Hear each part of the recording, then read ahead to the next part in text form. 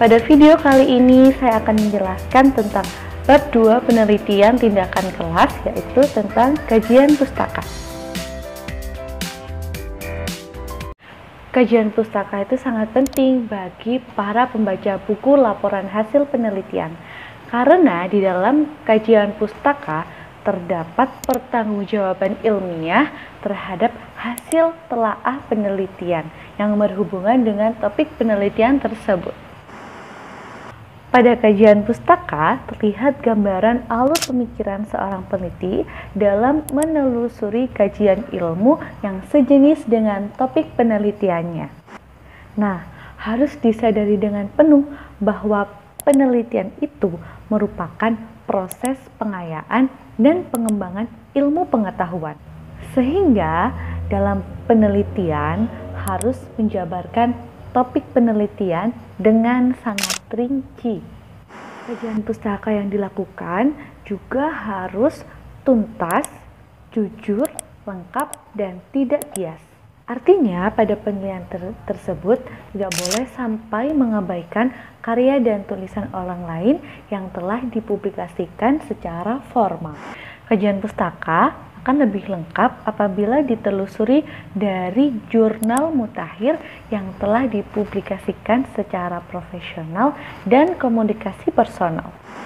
Pada saat ini, seiring berkembangnya teknologi dan informasi yang semakin canggih, maka banyak sekali sumber yang kita dapatkan secara online. Banyak sekali jurnal-jurnal yang kita dapatkan melalui online, karena sekarang sudah banyak perpustakaan yang tidak hanya menyediakan jurnal offline saja, namun banyak sekali perpustakaan yang sudah menyediakan jurnal secara online. Jadi dari perkembangan tersebut kita akan semakin banyak menemukan sumber-sumber secara online. Lalu apa sih sebenarnya tujuan harus dituliskannya kajian pustaka?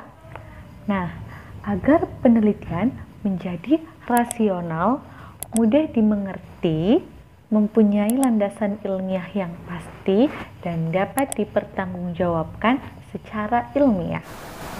Nah, untuk menuliskan kajian pustaka, ada beberapa pedoman yang harus diperhatikan oleh peneliti.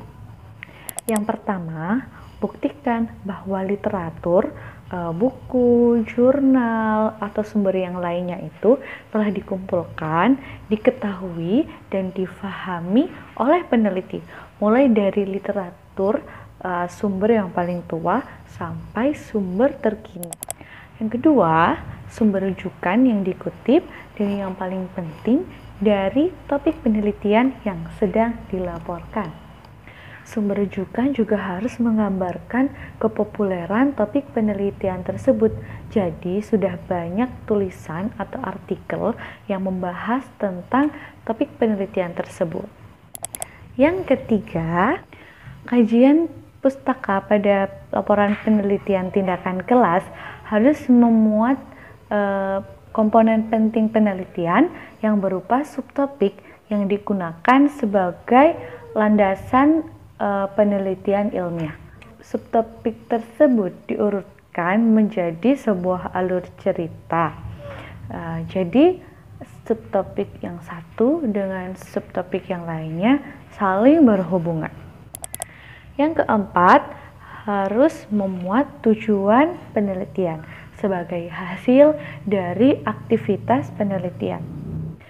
Tujuan tersebut bisa berupa pengembangan, menguraikan, penemuan baru, membuktikan atau menerapkan sebuah gejala, konsep, atau dugaan. Oke, sekarang kita akan membahas tentang PTK yang sudah saya tulis dengan judul Peningkatan Keterampilan Membaca Permulaan dengan menggunakan media kartu kata pada siswa kelas 1 Madrasah Ibtidaiyah Swasta An-Nur Turen. Jadi, pada PTK yang telah saya tulis dengan judul Peningkatan Keterampilan Membaca Permulaan dengan menggunakan media kartu kata pada siswa kelas 1 Madrasah Ibtidaiyah Swasta Underturen terdapat 2 variabel, yakni 1. Keterampilan membaca sebagai variabel masalah dan media kartu kata sebagai variabel solusi. Jadi kita bisa menjabarkan pada kajian pustaka ada dijabarkan menjadi 2 poin. Keterampilan membaca permulaan yang dijabarkan lagi ada keterampilan membaca dan membaca permulaan, dan poin kedua yaitu media kartu kata menjadi dijabarkan media dan media kartu kata. Nah, seperti pada proposal saya, yang pertama, poin pertama menjelaskan tentang keterampilan membaca. Jadi pada poin ini dijelaskan apa makna dari keterampilan membaca. Terus dan dijelaskan di dalam membaca itu ada aspek apa saja, karena itu termasuk sumber yang harus dimengerti oleh pembaca hasil penelitian. Nah, ini poin kedua, membaca permulaan. Nah, di sini poin kedua pada kajian pustaka ada media kartu kata, lalu dijelaskan apa makna dari media apa saja, fungsi-fungsinya apa, lalu ada dijelaskan media kartu kata. Mohon maaf. Nah, ini dia media kartu kata. Itu merupakan media bervisual.